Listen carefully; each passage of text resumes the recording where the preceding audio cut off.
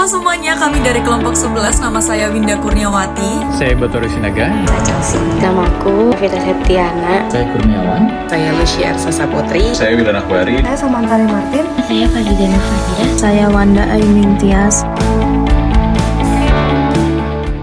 Pada kesempatan ini saya akan menjelaskan terkait pengertian dari soft skill. Soft skill adalah kemampuan non-teknis yang mencakup keterampilan interpersonal dan komunikasi, seperti kepemimpinan, empati, kerjasama, adaptabilitas, dan juga manajemen emosi. Seperti yang kita ketahui bahwa soft skill membantu individu untuk berinteraksi efektif dengan orang lain, mengelola situasi sosial, dan bekerja sama dalam tim. Berbeda dengan hard skill yang berkaitan dengan pengetahuan secara teknis, soft skill lebih bersifat emosional dan personal, sehingga penting dalam mendukung keberhasilan profesional dan hubungan interpersonal. Soft skill memiliki peran yang sangat penting bagi masa depan seseorang, terutama di dunia yang semakin kompleks dan dinamis ini. Berikut saya akan memberikan beberapa alasan mengapa soft skill sangat berpengaruh pada masa depan seseorang. Yang pertama, soft skill bermanfaat sebagai alat komunikasi yang efektif. Yang kedua, soft skill bermanfaat untuk kerja dalam tim. Yang ketiga, soft skill bermanfaat sebagai kepemimpinan. Yang keempat, soft skill bermanfaat untuk pemecahan masalah baik di dalam individu maupun kelompok. Yang kelima, soft skill bermanfaat sebagai personal branding dan networking dalam dunia kerja. Menurut Daniel Goleman menjelaskan bahwa emotional intelligence adalah kemampuan seseorang untuk mengenali, memahami, mengelola emosi diri sendiri dan juga emosi orang lain. Daniel Goleman juga membagi emotional intelligence menjadi 5 komponen utama. Yang pertama adalah self-awareness, self-regulation, motivation, empathy, dan social skill. Teori emotional intelligence atau EQ sangat relevan di kehidupan saat ini karena berbagai alasan, yakni dapat menjadi solusi dalam membantu kesehatan mental, hubungan interpersonal, lingkungan kerja, adaptasi terhadap perubahan, dan juga untuk pendidikan dan pengembangan diri. Jadi, secara keseluruhan, EQ memainkan peran penting dalam meningkatkan kualitas hidup individu dan efektivitas mereka di berbagai aspek kehidupan, menjadikannya keterampilan yang sangat dibutuhkan di era modern ini. Self-awareness adalah kemampuan untuk mengenali dan memahami diri, termasuk emosi, pikiran, dan perilaku. Ini mencakup kesadaran akan bagaimana perasaan seseorang, apa yang memotivasi tindakan tertentu, serta bagaimana orang lain memandang ataupun bereaksi terhadapnya. Dengan self-awareness, seseorang bisa lebih efektif dalam mengelola emosi, memperbaiki kelemahan, memaksimalkan potensi, dan membangun hubungan yang sehat dengan orang lain. Dan berikut percakapan tentang accurate self-awareness. Bapak Liza, saya senang deh tadi presentasinya berjalan lancar. Tapi saya perlu banyak latihan lagi sepertinya. Memangnya kenapa? Semua tadi terlihat bagus. Iya sih, saya menyadari kekurangan saya tadi. Gak nyaman juga harus menjawab pertanyaan-pertanyaan dadakan. Harus lebih siap di sisi tanya jawab ke depannya. Oh, bagus juga ya. Kamu bisa lebih objektif melihat kelemahan dan kekurangan diri kamu sendiri. Baik Bapak Liza, terima kasih atas masukannya.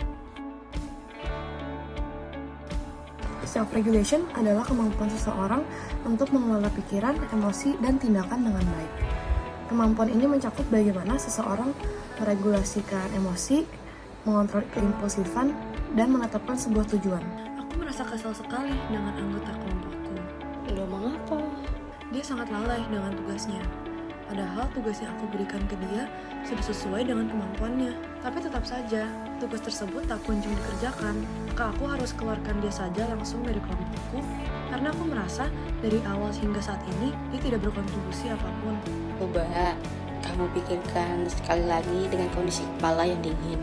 Mungkin saja akan ada jalan keluar atau solusi untuk kalian berdua. Karena menurutku ya, sesuatu yang diputuskan secara gegabah itu tentunya akan mempersulit diri kita sendiri, terutama kelompok kamu juga. Baiklah, sepertinya aku akan menenangkan diri dan mencari solusi yang terbaik. Terima kasih atas sarannya. Motivation atau motivasi adalah proses psikologis yang membangkitkan, mengarahkan, dan mempertahankan perilaku seseorang untuk mencapai tujuan tertentu. Motivasi dapat berasal dari faktor internal seperti kebutuhan dan keinginan pribadi, maupun faktor eksternal seperti penghargaan atau dorongan dari lingkungan. Kadang-kadang aku merasa sulit berkomitmen pada tujuan jangka panjang. Saat tantangan datang, rasanya aku ingin menyerah. Memang gak mudah, Wanda. Tapi ingat, komitmen itu adalah kunci keberhasilan. Butuh waktu dan konsistensi. Memangnya apa yang menjadi tujuan utamamu? Aku ingin mengambil beasiswa untuk studi di luar negeri, tapi prosesnya panjang dan banyak tahapan yang harus aku lalui. Bagus sekali, itu tujuan yang hebat. Setiap langkah kecil yang kamu ambil makin mendekatkan kamu ke sana. Komitmen itu tentang kamu terus melangkah. Setiap tantangan yang kamu ambil itu bisa menjadi motivasi untuk kamu berkembang. Kamu benar, aku harus tetap berkomitmen dan jangan menyerah, walaupun prosesnya panjang. Ingat, komitmen itu tentang orang yang menjadi konsisten. Aku yakin kok kamu pasti bisa mencapainya, selagi kamu fokus dan mau bergerak maju. Empati adalah kemampuan seseorang untuk memahami dan merasakan perasaan orang lain dengan menempatkan diri dalam posisi mereka. Salah satu aspek dari empati adalah understanding atau pemahaman, kemampuan seseorang untuk mengenali perasaan orang lain, mendengarkan secara aktif, dan merespon tanpa penilaian, sehingga membantu menciptakan hubungan yang kuat dan mendukung. Kurniawan, kalau saya perhatikan, akhir-akhir ini kamu terlihat stres. Apakah ada yang ingin kau bicarakan? Ya, saya merasa tertekan dengan tugas yang harus saya selesaikan. Baik, saya mengerti. Coba ceritakan lebih lanjut tentang apa yang bikin kamu merasa terbebani. Saya merasa tidak mampu untuk menyelesaikan pekerjaan saya tepat waktu, dan itu yang membuat saya cemas. Saya dapat melihat betapa sulitnya situasi ini bagi kamu. Hal tersebut pasti sangat membuat kamu kewalahan. Merasa kewalahan adalah hal yang sangat wajar. Terutama ketika kita memiliki banyak pekerjaan yang datang secara bersamaan. Kamu tidaklah sendirian. Mari kita coba mengatur beban pekerjaan kita. Mungkin kita dapat membagi tugas agar kamu tidak merasa terlalu terbebani. Itu ide yang sangat baik, Chelsea. Saya sangat menghargai dukungan Anda. Tentu, saya di sini untuk membantu.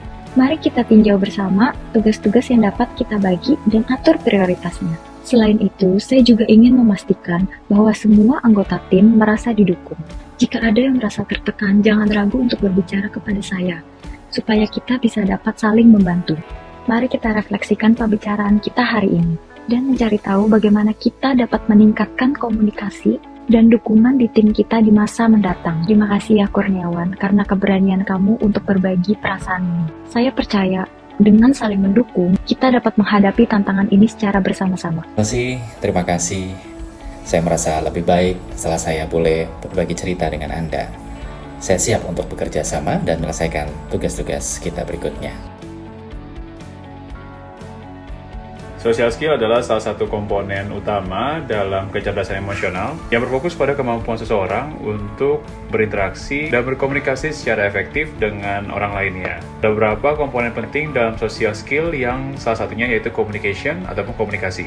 Komunikasi di sini berarti keterampilan menyampaikan ide, pikiran, dan perasaan secara efektif. Komunikasi yang baik memerlukan kemampuan untuk mendengarkan dengan penuh perhatian, berempati, dan mengekspresikan diri secara jelas dan tidak ambigu. Halo Kak Winda, maaf ganggu. Saya lagi mencoba sistem proyek baru ini. Tapi saya masih bingung dengan beberapa feature yang ada. Kak Winda punya waktu nggak sebentar buat bantu saya? Oh, tentu aja Mas Wildan. Bagian mana yang paling membingungkan? Iya Kak, saya kesulitan Kak mengatur timeline proyek dan memasukkan data kemajuan. Apakah ada langkah-langkah yang saya bisa ikuti ya Kak ya buat masukin itu ya Pak? Oke, baik. Di sini saya akan tunjukkan langkahnya satu persatu ya. Yang pertama, kamu bisa klik timeline ini, lalu pilih project yang sedang kamu kerjakan. Setelah itu, kamu bisa klik add milestone ini untuk menambahkan target waktunya. Sampai sini paham? Oh gitu caranya ya Kak ya? Terima kasih banyak Kak Winda buat penjelasannya, sangat jelas dan mudah dimengerti. Sekarang saya paham gimana cara menggunakan sistem proyeknya. Senang bisa membantu Mas Wildan. Kalau ada hal lain yang ingin kamu tanyakan, jangan ragu tanya ke saya ya.